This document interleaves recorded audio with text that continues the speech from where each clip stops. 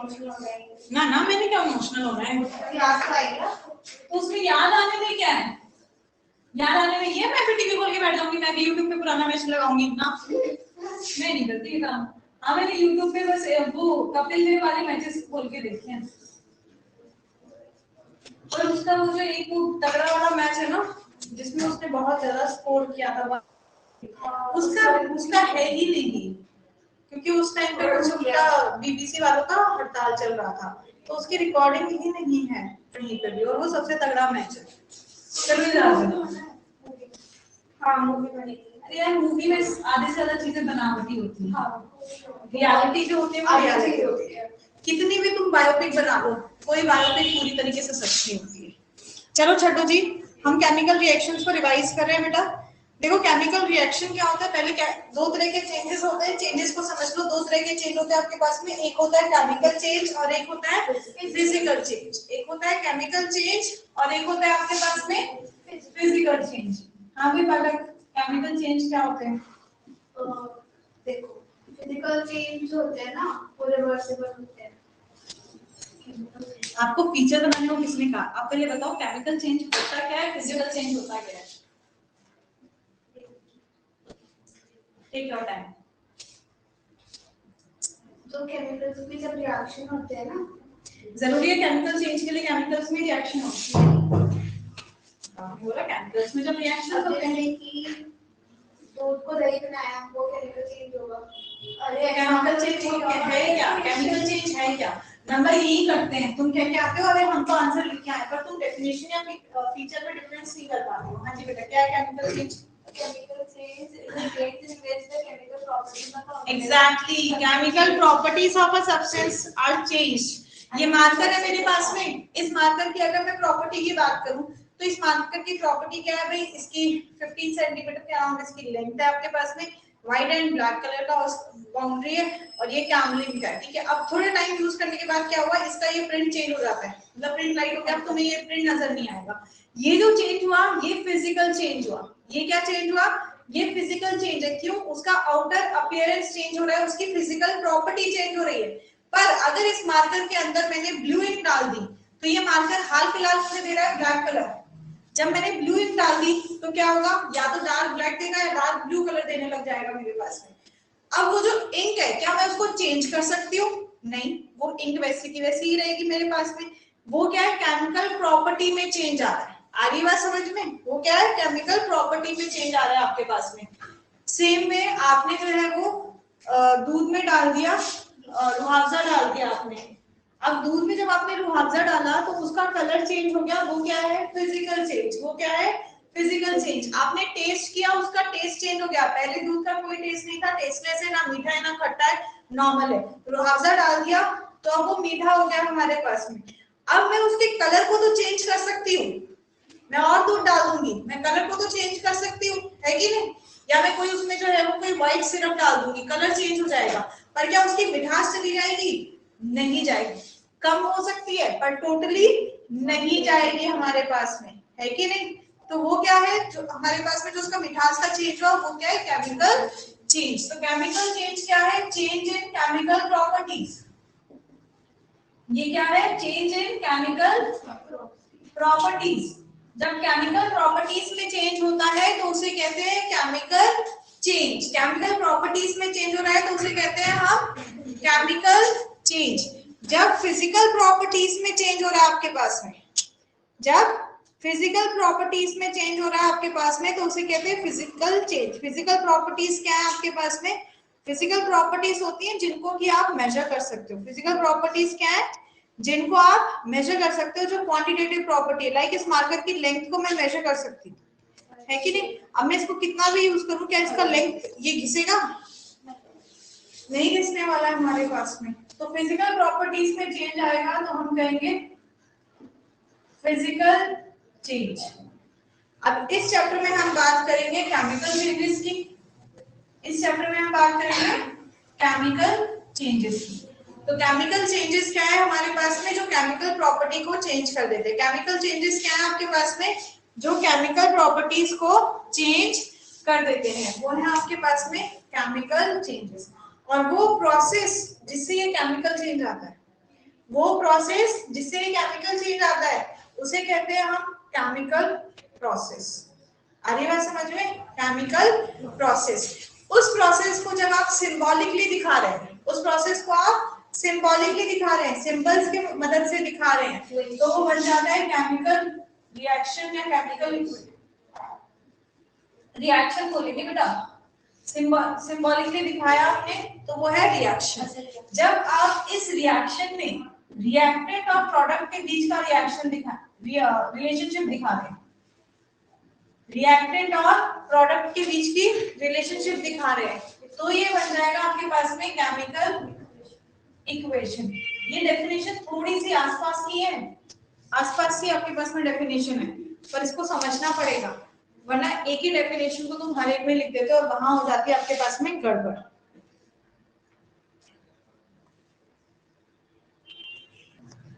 तो देखो chemical reaction क्या है? Chemical reaction is the process by which two और more substance react with each other to form new substance. Chemical reaction क्या है आपके पास में? एक रिएक्शन हमारे पास में जिसमें दो या दो से ज्यादा सब्सटेंस आपके पास में रिएक्ट करते हैं एक दूसरे के साथ एक नया सब्सटेंस फॉर्म करने के लिए।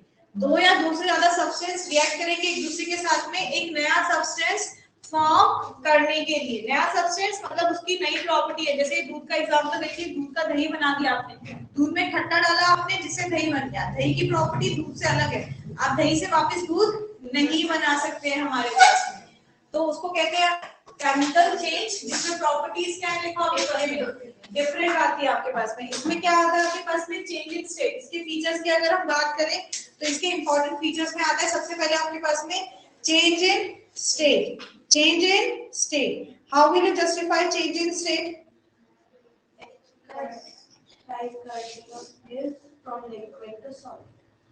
क्या बेटा? जैसे कर्डलिंग ऑफ मिल्क में लिक्विड से सॉलिड। हाँ, कर्डलिंग ऑफ मिल्क में लिक्विड से सॉलिड आ जाएगा।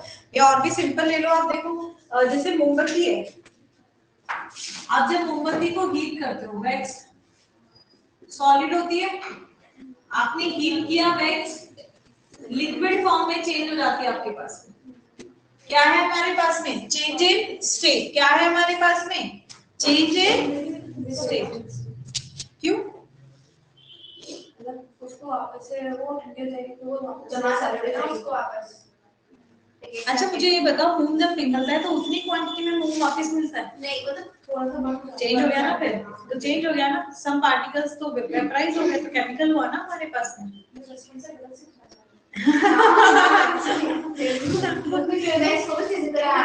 उसमें कैंडल को कहते हैं कि उसमें दोनों होते हैं, क्योंकि उसमें जो थ्रेड होता है वो बॉन्ड होता है, उसमें कार्बन डाइऑक्साइड। हाँ, दोनों होते हैं, उस नजरिए से देखो दोनों। नहीं, उसमें भी कुछ वेपराइज हो जाता है ना, सेम नहीं मिलता ना, वेपराइज हो गया उसको वापस कैसे रिकास्ट करोगे? ओके, चेंज इन कलर, जैसे देखो हाँ रुआवजे का ले लो, यहाँ पे देखो कैपिटली अगर बताऊं तो आपने लिया KMnO4। KMnO4 का कलर क्या होता है? KMnO4 ये तो बहुत ज्यादा कॉमनली यूज किया जाएगा। इसका कलर तो पता होना चाहिए, पर्पल। अरे ये होता है पर्पल, एकदम डार्क मैजेंटा कलर होता है बॉक्स वाला, इसका पर्पल कलर होता है, ठीक है। इसमें अगर आप डालेंगे लेमन जूस, इसमें आपने डाला लेमन जूस तो कलर लेस हो जाएगा, कलर लेस हो जाएगा, एकदम क्लियर वाटर सॉल्यूशन मिल जाएगा आपको।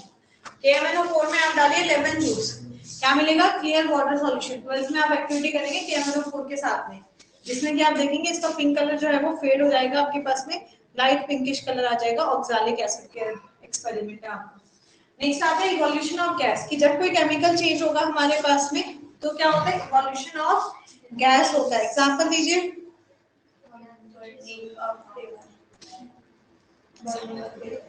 बाइंडिंग ऑफ पेपर ले लो, आप कोई भी कंबशन रिएक्शन ले लो, या आप कर लो जिंक को आप HCl के साथ कंबाइन कराइए, जिंक और HCl के साथ कंबाइन कराइए, क्या हो जाएगा? ZnCl2 बन जाएगा आपके पास में, और साथ में हाइड्रोजन गैस रिलीज हो जाएगा आपके पास में। हाँ जी, जिसको हम चेक करते हैं फॉक साउंड के साथ में कि गैस रिलीज हुई है वो hydrogen. Next carbon dioxide. Next आता है change in temperature. Temperature change हो रहा है, टेम्परेचर चेंज कैसे? देखो सेम रिएक्शन, ऊपर वाली रिएक्शन में देख लो, जब गैस रिलीज होगी हमारे पास में तो वो हीट के फॉर्म में रिलीज होती है, तो ये हीट अप हो जाता है, टेम्परेचर चेंज हो जाता है आपके पास में, ठीक है। नेक्स्ट आता है फॉर्मेशन ऑफ प्रेसिपिटेट। प्रेसिपिटेट क्या होता है? प्रेसिपिटेट आपके पास में सॉलिड इनसॉल्युबल सब्सटेंस आपके पास में जो रिएक्शन में देखने को मिलता है। कई रिएक्शंस आप करते हैं, जैसे दूध जब फट जाता है, जो बोल रही है दूध फट जाता है तो पानी ऊपर अलग हो जाता है, नीचे आपको मिल गया वो प्रेसिपिटेट है, जिसका आप पनीर बना लेते हो। तो प्रेसिपिटेट का फॉर्मेशन होता है हमारे पास कुछ रिएक्शंस में। क्लियर? केमिकल रिएक्शन क्लियर हो गया? हाँ या ना? तो केमिकल रिएक्शन क्लियर हो गया और इसके हमारे पास में इंपॉर्टेंट फीचर्स क्लियर हो गए। आपको इसमें कोई डाउट है? अब आते हैं केमिकल इक्वेशन पे। What is chemical equation? A chemical equation is symbolic representation of a chemical reaction in the form of symbols and formula. कोई भी केमिकल चेंज जो हुआ है, कोई भी केमिकल रिएक्शन जो हुआ है, उसको जब सिंबॉलिकली आप रिप्रेजेंट करते हैं सिंबल और फॉर्मूला के टर्म्स में, तो उसे कहते हैं हम केमिकल इक्वेशन। जैसे एक रिएक्शन हुआ, मैग्नीशियम को ऑक्सीजन के साथ में आपने कंबाइन कराया, आपको मिला मैग्नीशियम ऑक्साइड। आपने मैग्नीशियम को ऑक्सीजन के साथ कंबाइन किया, आपको मिला मैग्नीशियम ऑक्साइड। आपको मैग्नीशियम ऑक्साइड मिल गया, ठीक है। अब क्या है हमारे पास में, इसको अगर मैं सिंबॉलिक फॉर्म में लिखूं, कहां लिखा मैंने सिंबॉलिक फॉर्म में? लिखा है मैंने, चलो यहाँ पे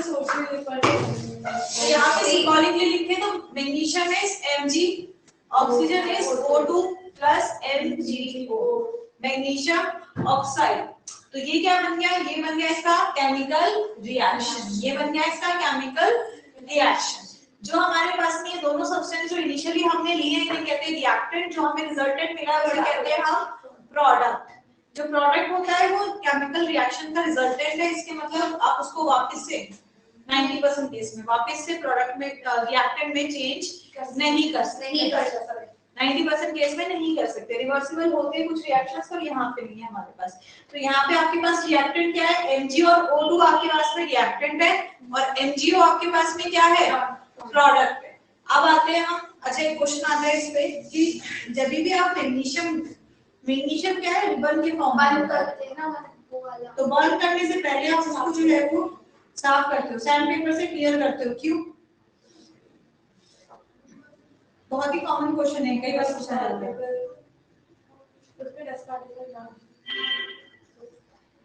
देखो आपने किया हुआ है कि कोरोजन से बचाने के लिए हम क्या करते हैं? गैल्वेनाइजेशन करते हैं या फिर हम ऑक्साइड की कोटिंग करते हैं। तो मैग्नीशियम जो होता है ऑक्सीजन एटमॉस्फेयर में प्रेजेंट होता है, तो मैग्नीशियम ऑक्सीजन के साथ रिएक्ट करता है और उसके ऊपर एक लेयर बन जाती है। मैग्नीशियम का एक रिबन लो, उस पे एक मैग्नीशियम ऑक्साइड की लेयर बन गई। मतलब अगर आप उसको बर्न करोगे तो उसको बर्न नहीं होने देगा।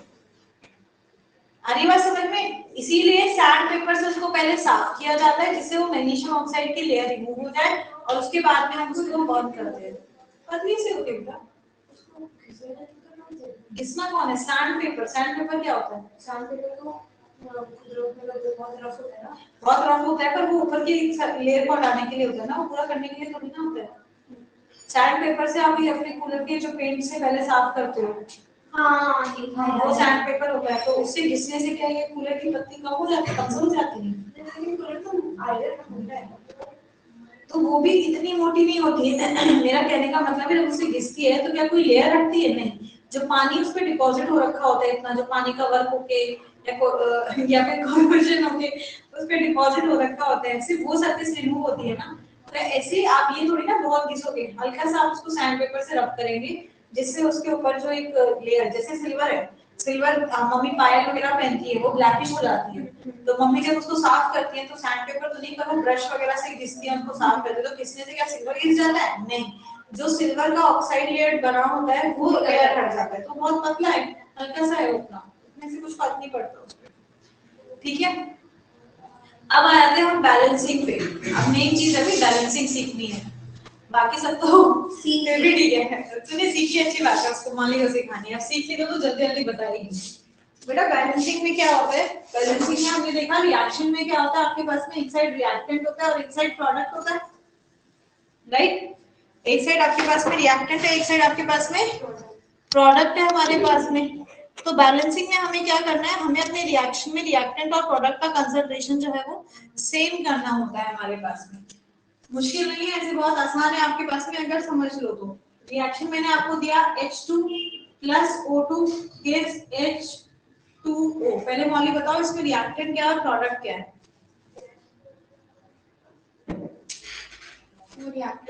वो नहीं ना, बताओ उसका। H2 plus O2।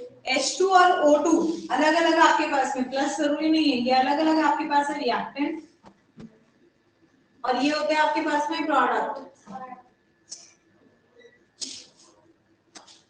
अर्शना बेटा मैं क्वेश्चन पूछूंगी उसके बाद में सीधे हो जाएगा।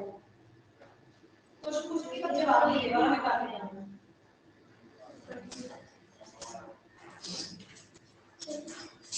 अब हमें क्या करना होता है, हम अलग अलग लिखेंगे रिएक्टेंट में कौन कौन से एलिमेंट है। बताइए बेटा रिएक्टेंट में कौन कौन से एलिमेंट है? Element H O। प्रोडक्ट में कौन कौन से एलिमेंट है? H और O ही है। अब हम बताएंगे कि भाई कितने एटम्स है हाइड्रोजन के रिएक्टेंट में। बताइए कितने एटम्स है हाइड्रोजन के रिएक्टेंट में? जो 2, जो नीचे का नंबर है वो उसकी एटॉमिसिटी होती है, वो बताता है नंबर ऑफ एटम्स। ऑक्सीजन कितना है? 2। Very good. ये कितना है इधर? 2H2। और ऑक्सीजन? ऑक्सीजन बहुत अच्छे। देख ले पहले टाइम में तूने इसमें गड़बड़ करी थी। मैं सीख तो गई। हाँ देख ले वो बता रही है। चलो बहुत अच्छी बात है। अब बैलेंसिंग करना होता है। बैलेंसिंग सिर्फ मल्टीप्लाई से या डिवाइड से होती है, प्लस माइनस से नहीं होती, ये चीज ध्यान रखो। तो हाइड्रोजन हाइड्रोजन तो दोनों तरफ एक बराबर है, इसमें तो कुछ करेंगे नहीं। ऑक्सीजन को बैलेंस करेंगे तो भाई 1 को किससे मल्टीप्लाई करें कि 2 आ जाए? बहुत अच्छे, 2 से मल्टीप्लाई करेंगे आप। तो जब आप मल्टीप्लाई करेंगे तो किस साइड मल्टीप्लाई करेंगे? प्रोडक्ट साइड मल्टीप्लाई करेंगे, क्योंकि प्रोडक्ट में कमी है हमारे पास में, तो प्रोडक्ट साइड मल्टीप्लाई करेंगे तो ये हो जाएगा H2 plus O2 gives। अब बेटा प्रोडक्ट में जब मल्टीप्लाई करेंगे ना तो ये चीज ध्यान रखो, आप कभी भी ये मत करना कि आप सिर्फ यहाँ पे 2 कर दो। अयान परसों आया था अलग से, उसको क्वेश्चन कराए थे, वो ये कर रहा था उस दिन उसने यही किया था। मुझे फिर मैं इसको 3-4 क्वेश्चन कराए बिठा के, तब लाइन पे आ गया। अब 2 दिन फिर गैप हो गया ना, फिर वो भूल जाएगा। तो कभी ये नहीं करना है बेटा, प्लीज कभी ये नहीं करना है। हमें क्या करना है, पूरे मॉलिक्यूल से जिसमें ऑक्सीजन है उस पूरे मॉलिक्यूल को हम 2 से मल्टीप्लाई, ब्रैकेट मत लगाना, मैं अभी समझाने के लिए बता रही हूँ, पूरे को हम मल्टीप्लाई करेंगे। ठीक है, अब फिर से लिखेंगे हमारे पास में रिएक्टेंट में अब कितने हाइड्रोजन हो गए और कितने ऑक्सीजन हो गए। बताइए रिएक्टेंट में हाइड्रोजन कितने हैं?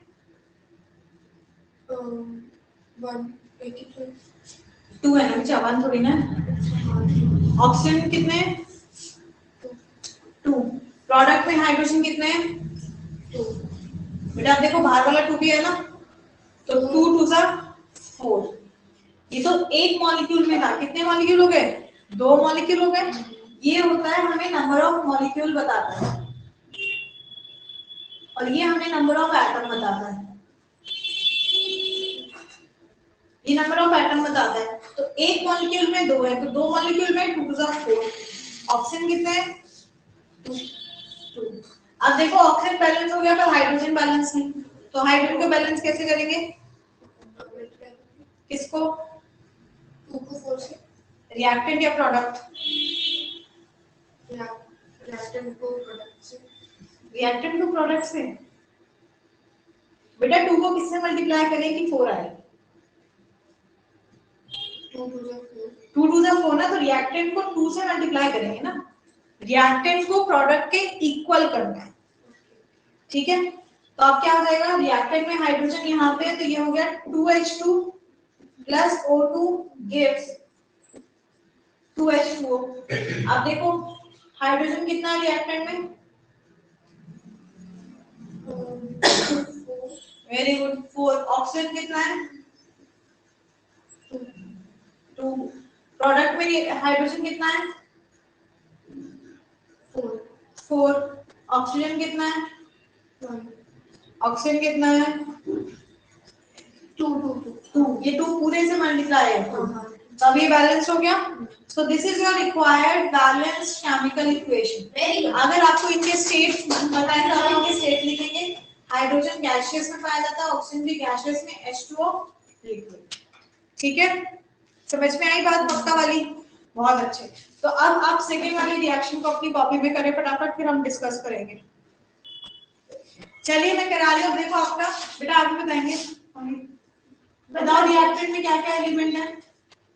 Fe, H, O, very good. Fe कितना है? 1। H कितना है? 2। बाकी इनकी गलती पकड़ेंगे। O कितना है? 1। उधर भी अगर हो तो गलती पकड़ना है ही नहीं, यहाँ पे इतना कॉन्फिडेंस है। प्रोडक्ट में Fe3 है। हाँ। H कितना है? H2 है और O4। बहुत जल्दी है। आगे बताओ, अब बैलेंस करने के लिए क्या करेंगे? मल्टीप्लाई करना है। किसको? 1 को 4 से किया पहले, 1 को 3 से। ओ में चुप हो जाना, उसको अपने हिसाब से करने दे। सॉरी। बताओ क्या रिएक्शन लिखूं? Fe3 नहीं, एक सेकंड। अच्छा हाँ, पहले 3 को क्या था? हाँ, क्या करूं बेटा बता। पहले 3 को, हाँ पहले Fe में 1 को 3 से मल्टीप्लाई। Fe में 1 को 3 से मल्टीप्लाई कर दिया। बताइए। Fe equals to 3। नहीं बेटा 3 Fe जब मल्टीप्लाई करेंगे तो सामने होता है ना। अच्छा हाँ, तो 3 Fe H2O Fe3 उसको छोड़ दो, उससे देख के मत बताओ, यहाँ अपने दिमाग से बताओ।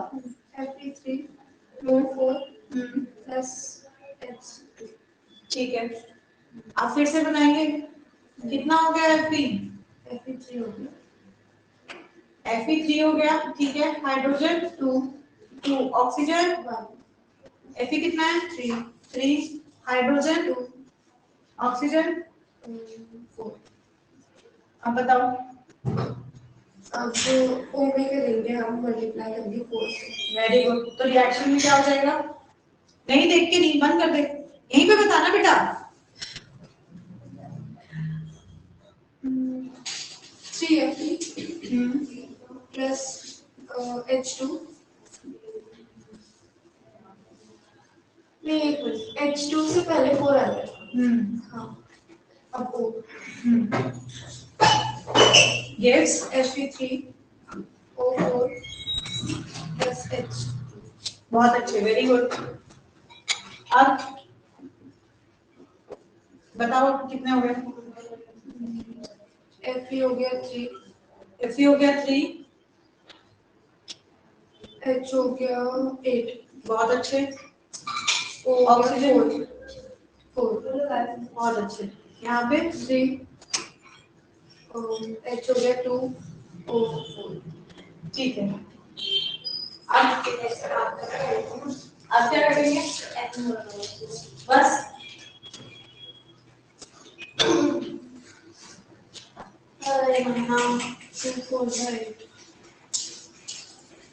ये पानी पियो। अब बताओ क्या करेंगे? अब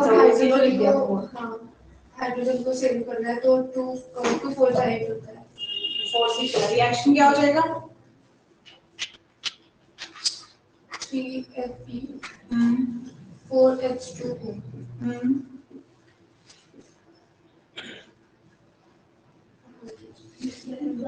Fe3 O4 प्लस 8H2। बेटा 8 नहीं ना, मल्टीप्लाई किससे किया? 4 से, तो क्या होगा? तो 4H2। ठीक है, ये आया आप लोग कभी? चल बेटा फटाफट एक दूसरा वाला करके समझा देती हूँ। इसमें आ जाओ, जो स्टेटमेंट के साथ दिया होता है आपके पास में। कहता है sodium metal react with water. Sodium metal react with water, तो sodium plus water to form, जो फॉर्म कर रहा है वो क्या है? Product sodium hydroxide plus hydrogen. अब सोडियम का सिंबल क्या होता है? Na, water is H2O, sodium hydroxide. अब ये तुम्हें मैंने बताया था 9th का वो टेबल याद रखो। NaOH, हाइड्रोक्साइड क्या होता है? OH, हाइड्रोक्साइड क्या है हमारे पास? OH ion OH minus, sodium होता है Na प्लस, दोनों की वैलेंसी चेंज होगी, NaOH प्लस H2। चलो इसका बैलेंसिंग बता दो। Na1 है, Na1 फिर H2 है। अरे अरे अरे ठंड पा होता है। Na है, H है, O है, इधर Na, H और O। बताओ सोडियम कितना है रिएक्टेंट में? 1। हाइड्रोजन कितना है? 2। ऑक्सीजन 1। प्रोडक्ट में सोडियम 1। हाइड्रोजन 2। बेटा 2 हाइड्रोजन यहाँ पे और 1 यहाँ पे, मिला के कितना हो गया? 3। ऑक्सीजन कितना है? अब बताओ क्या करें? प्लस करते हैं। मैंने कहा सिर्फ multiply.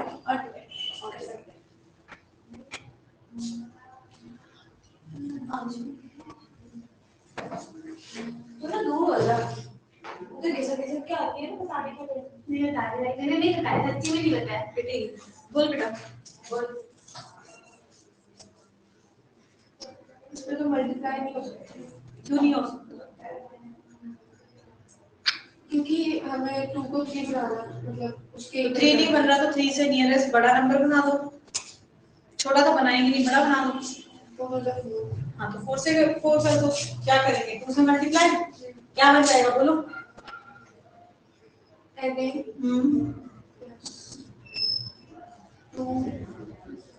H2 NaOH plus H2। अब बताओ कितना हो गया?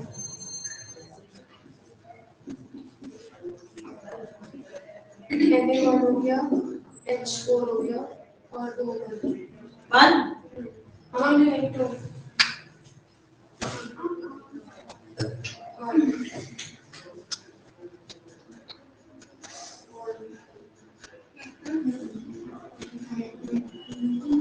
3 ठीक है। अब क्या करो बताओ? अब क्या करो? अब ऑक्सीजन पे अनबैलेंस हो गया, पहले ऑक्सीजन को बैलेंस कर लेते हैं क्योंकि इसको बैलेंस करना आसान है। तो क्या करेंगे? 2 से मल्टीप्लाई रिएक्शन बताओ क्या बन जाएगी? Na plus 2H2। मैंने इसे पॉज पे क्यों मांगा?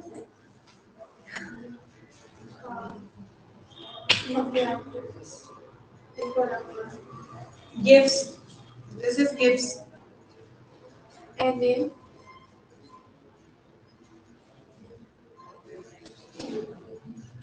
O2 बेटा पूरे मॉलिक्यूल से मल्टीप्लाई होता है तो 2 आएगा पहले। हाँ जी, पहले 2 आ जाएगा। 2 NaOH plus H2। बताओ। Na1 H4 very good. O2 Na2 अच्छा मैंने O पहले लिख दिया, कोई नहीं बता रहा O2 H3।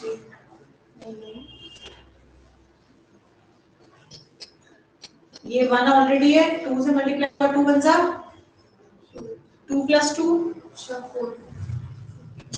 अब बताओ किसको करेंगे? हाइड्रोजन ऑक्सीजन बैलेंस हो गए? अच्छा सेम हो गया। नहीं सब कुछ हाँ,